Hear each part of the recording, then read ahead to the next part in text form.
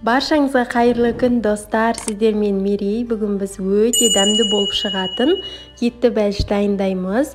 Менімен бірге жасап көріңіздер. Арасында асқабақ та бар.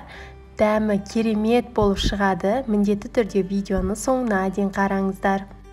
Алдымен біз қамырын дайындайтын боламыз. Ыдысқа жылы су құйып, үстіне тұз, сұйық май құямыз. Қасықтың көмегімен кішкене араластырып аламыз. Үстіне електен өткізілген ұн салып, қопсытқыш салып, қамыр елейтін боламыз. Мен алдымен қасықтың көмегімен араластырып алдым.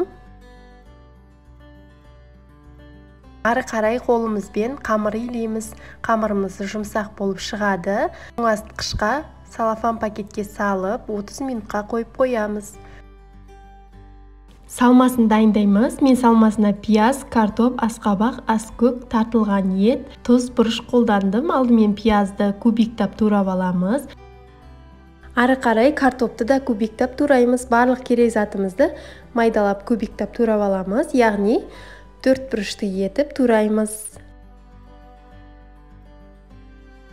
Достар, бұл бәлішті жасап көріңіздер және де жақындарыңызды қуантыңыздар. Аптасына мен 2 рет жасаймын. Өте дәмді болып шығады және бұны ыстық тамақтың орнына да ұсынуға болады.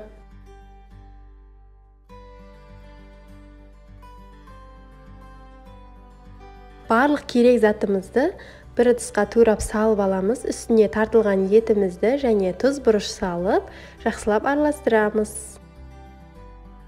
Міне достар, дайын болды. Енді қамырымызды жаямыз. Тоңазытқыштан алып, 2-ге бөліп жаятын боламыз. Бір бөлігін астыңғы бөлігіне және екіншісін үстіне қолданамыз. Астыңғы бөлігін жайып аламыз. Мен формаға жасадым. Сіздер пергамент қағазын төсеп, табаға пісіре берсеңіздер болады. Маған формаға жасаған ыңғайлы.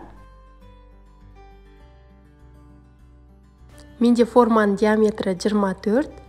Қамырымызды үстіне оқтаумен қойып салып аламыз және де жан-жағын осылай видеодағыдай тегістеп шығамыз. Үстіне барлық салмамызды салып тегістеп қоямыз және екінші қамырды жайып бәлішіміздің формасына келтіріп жасайтын боламыз. Үстіңгі бөлігін қоямыз және жан-жағын жақсылап бір-біріне біріктіріп шығамыз. Міндетті түрде бір-біріне бірігуі қажет.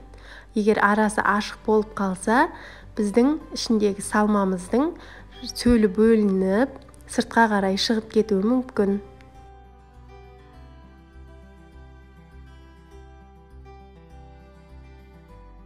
Міне достар, дайын болды. Пышақтың көмегімен ортасын тесіп қойдым. Бұл салмамыздың толықтай пісіп шығуы үшін қажет. Үстіне жұмыртқа жағып, 180 градуста 1 сағатқа пешке салып қоямыз. Пешімізді қыздырып алғанымыз дұрыс. Міне достар, пирогымыз дайын. Өте дәмді болып шықты. Керемет десем де болады. Міндетті түрде жасап көріңіздер және жақындарыңызды ерекше тағамдармен қуантыңыздар. Бұл рецептпен бір жасағаннан шығады достар.